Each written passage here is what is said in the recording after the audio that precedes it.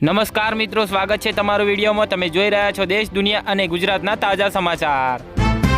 વડોદરા કોર્પોરેશનમાં હંગામી નિમણૂકોની પ્રથા યથાવત। ઇજનેરોની મુદતમાં 11 માસનો વધારો કરાશે। કાયમી ભરતી મુદ્દે સવાલ ઉઠ્યા।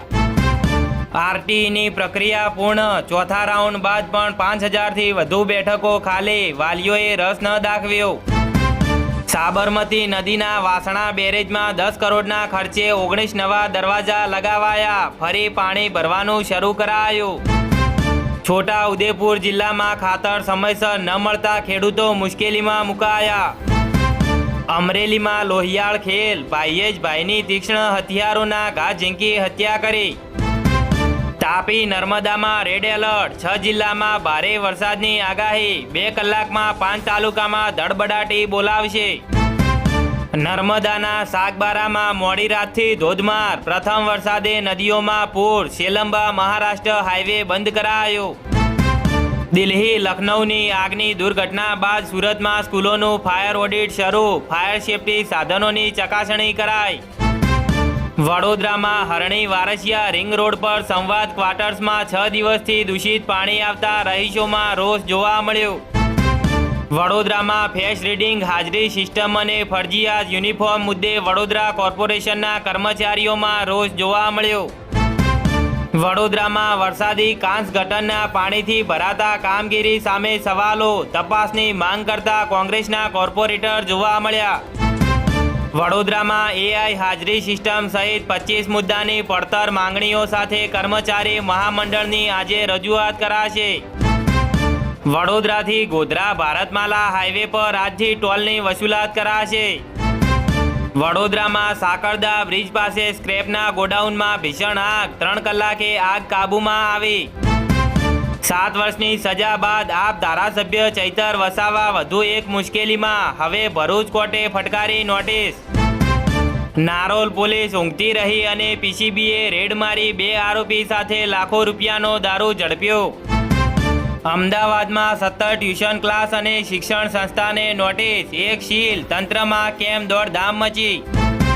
પપ્પા હું જિંદગીનો જંગ હારી ગઈ। રાજકોટમાં પ્રેમી સાથે લિવ ઇનમાં રહેતી આપ કાર્યકરનું શંકાસ્પદ મોત થયું।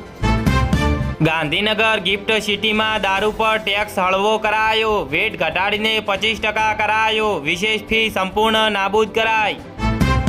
આગામી 3 કલાક માટે 9 જિલ્લામાં ભારે વરસાદનું ઓરેન્જ એલર્ટ। હવામાન વિભાગની આગાહી જોવા મળી।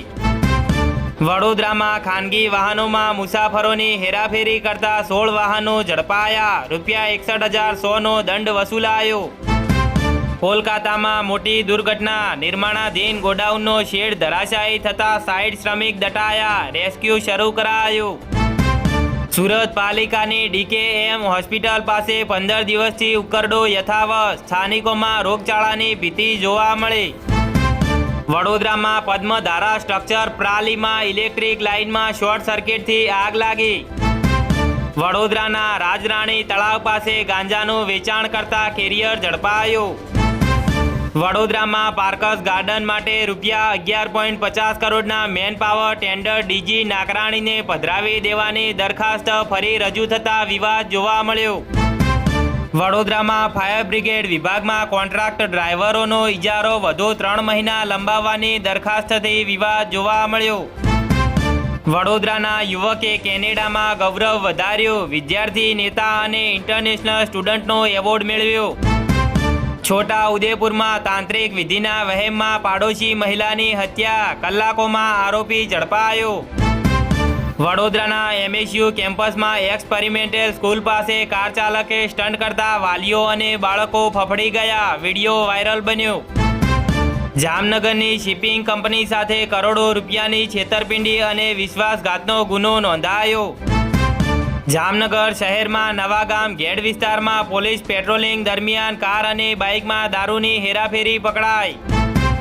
જામનગર પાલિકાના દબાણ હટાવ વિભાગના કર્મચારીઓ પર જીવલેણ હુમલો કરનારા આરોપીઓ સામે ગુનો નોંધાયો।